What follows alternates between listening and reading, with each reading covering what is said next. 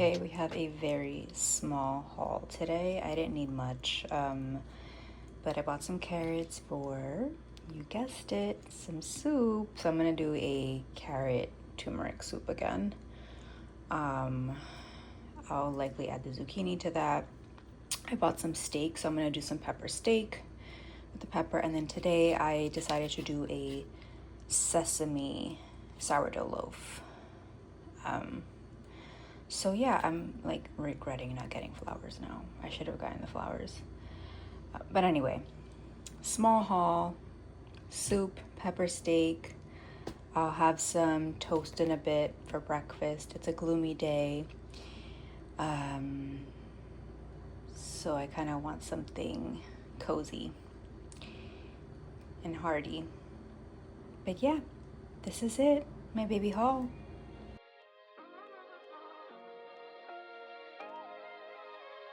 The sun came out, so I'm going to go out. I am going to run a few errands, but before I do that, I think I'm gonna do a what's in my bag. Okay, so I have been wearing this bag every weekend since I've purchased it. I have had my eye on this, or had my eye on it ever since it came out in early spring, I believe. It's from COS. I didn't purchase it when I saw it here in the States, but when I was in Barcelona this past June, I was like, okay, you're coming home with me. And here she is. I love her because she fits so much. I don't fill her, but I like that I have extra space in case I buy something or need to hold something, whatever. So right now I have my Kindle. I have a fan because I get really hot and the subways are disgusting. Headphones, film camera just in case I get inspired by something. I'm wearing white, so I have a tie to go. Hair clip. My lip combo, my current lip combo. This has been my go-to for a very long time now, but it is the Charlotte Tilbury Pillow Soft Liner in Foxy Brown and Patrick Ta Gloss in Obviously. I have a lot of questions about that. And then hand lotion, headphones, and then I have to grab my wallet to put that in as well. But yeah, I just have the essentials. I might bring my journal as well. I think I might journal in the park. I forgot about that. But that's pretty much what I like to have in my bag when I go for my errands. But yeah, she's a good bag.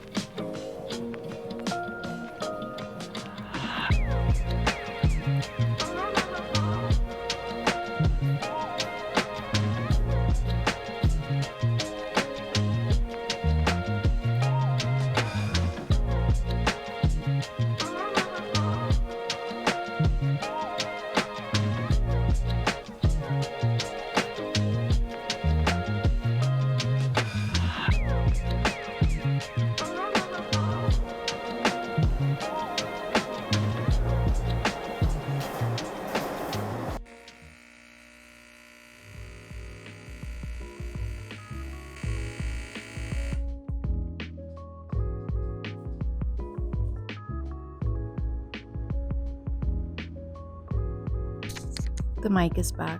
Hi.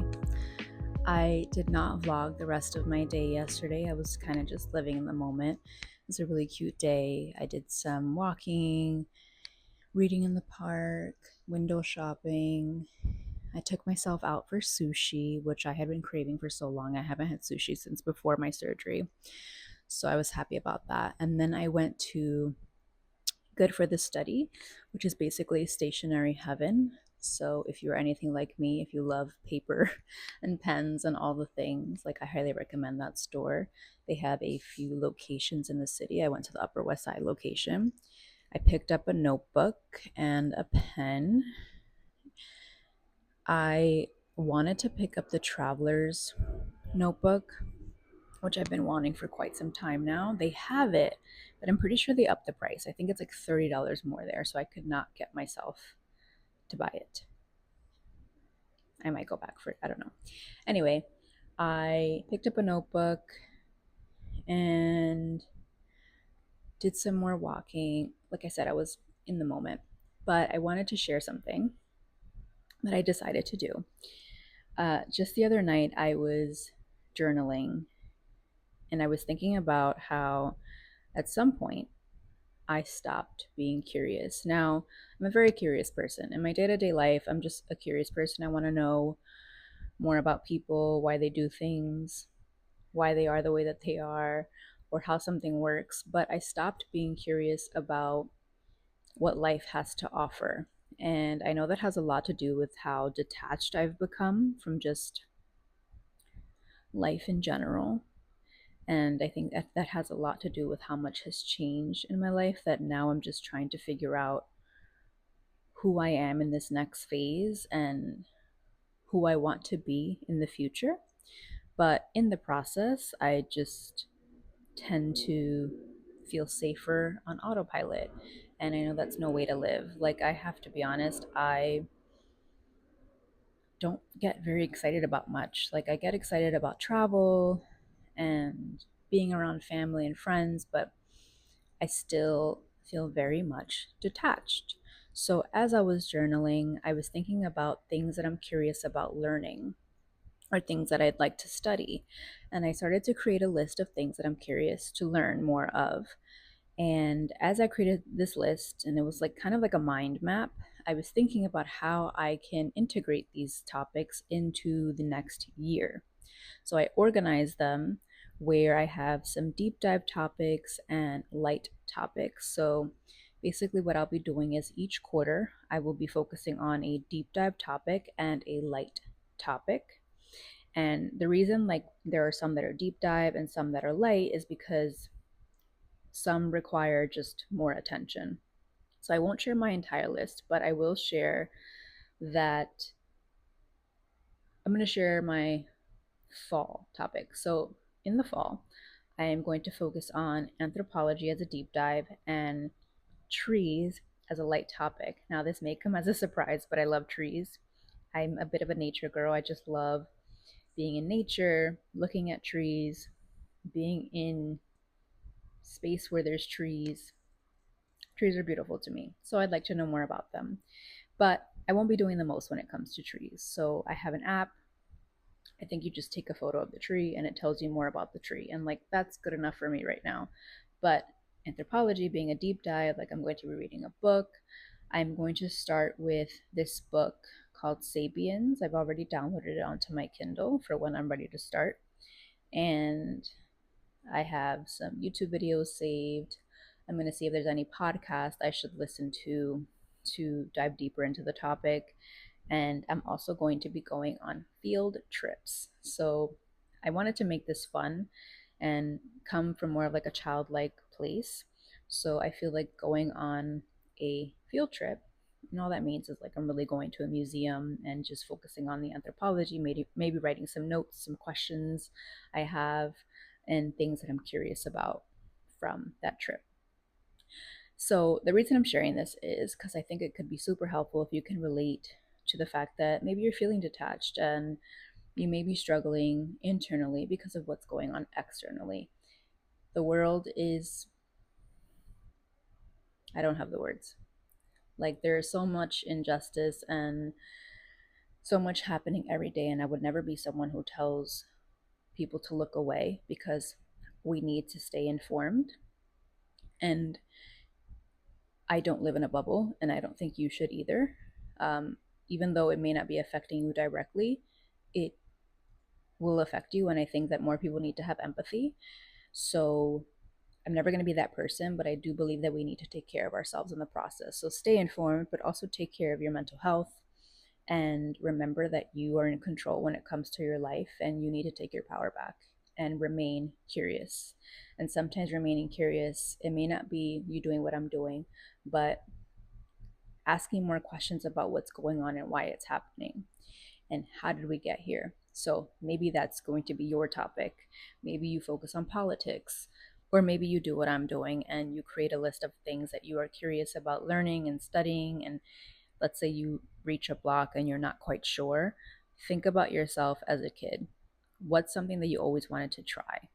Maybe you always wanted to try an instrument or pottery or art, and that may fall more into a hobby category, but that's fine. I think more people do need hobbies. And I will say, I feel like a lot of people struggle with having hobbies because they feel like everything needs to be monetized because of social media now. And it's like, no, like you're allowed to just have fun. You don't need to perfect what you're doing. If you're having a good time and you're learning something in the process, do it. Take your power back and stay curious. So I'm really excited about this. Like I said, I have planned out the year. I have topics for every quarter. Like I said, I'll be focusing on anthropology and trees in the fall. So if anybody has any resources, send them to me or put them in the comments. And it's just going to be nice to have something to focus on and look forward to. I am someone who has to be mentally stimulated. I love being around people who have different passions. Like if you could talk about something that you're passionate about, that you learned, or that you know how to do, I think that is so beautiful and amazing. So for myself, I just, it feels right, and it feels like it's going to get me excited about life again. And I know that in the process, I'll be learning more about myself. And now that I'm saying that, let's say you aren't curious about much, get curious about you. Maybe grab a piece of paper, a journal, your notes app, and start asking questions about yourself. Why are you the way that you are? What about you and your story has brought you to the place that you are currently in? And whether that you're happy or not, just what brought you here and what have you been conditioned to believe? And that definitely relates to what I said before about like our external affecting us internally. But we have to start asking these questions, and we have to start remembering that we are in control of what happens next for us. No one is coming to save us. I've said this before on TikTok, and that's like one of my most viewed videos. No one's coming to save us, and we have to start again just taking our power back and remaining curious about ourselves and life and what it has to offer. And this is also a reminder for myself, because I this is not how I feel every day, right? I have good days, I have bad days. I have days where I just want to like lay on my couch, but I have days where I just want to be active and again like mentally stimulated. But we can't continue to make excuses, and you don't have to commit to hours to learn something new. Maybe 30 minutes a day, maybe 2 hours on a Saturday, whatever you're comfortable with.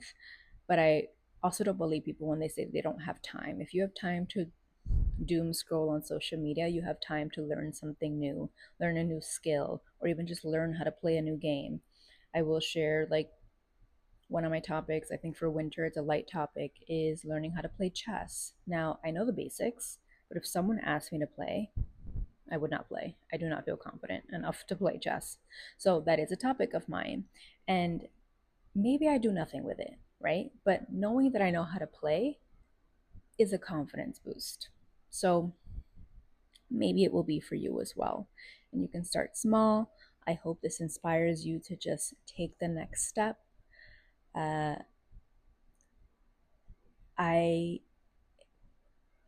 am going to get spiritual, but I always say, like, it's really important to find balance between the spiritual and human experience. And whenever I express any sort of struggle, I notice that sometimes, not anymore, but in the beginning, sometimes people who were not very connected to their spirituality would question how I could possibly struggle if I had such a spiritual connection and I'm intuitive.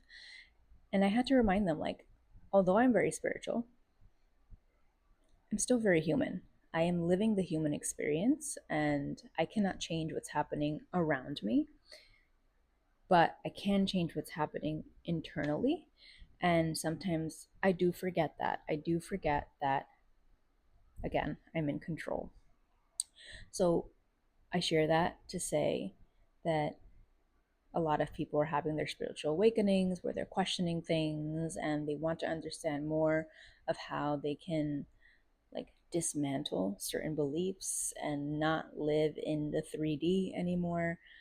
Um, and this could be a way. Like, I honestly believe the more knowledge you have, like, you are going to learn so much more about yourself and what you want and how you want to continue on in life. And don't forget that you can hit reset as many times as you want. There is no limit to how many times you can start over. If you start over today, great. If you want to start over on October 1st, great. As many times as it takes to get to a point of happiness, do it. If you want to rebrand every year, do that. Some people may think it's chaotic, but I don't think it is because we are ever evolving humans. So go with the flow, do what makes you happy, get a new hobby, get curious about what life has to offer you because I do believe that it has a lot to offer us. They just don't want us to know that. So I will leave you with that, and I hope that this is helpful to someone or many. Just start that mind map, get that list together, create a plan for yourself. I'm calling this the Curiosity Roadmap. So create that Curiosity Roadmap and see where it takes you.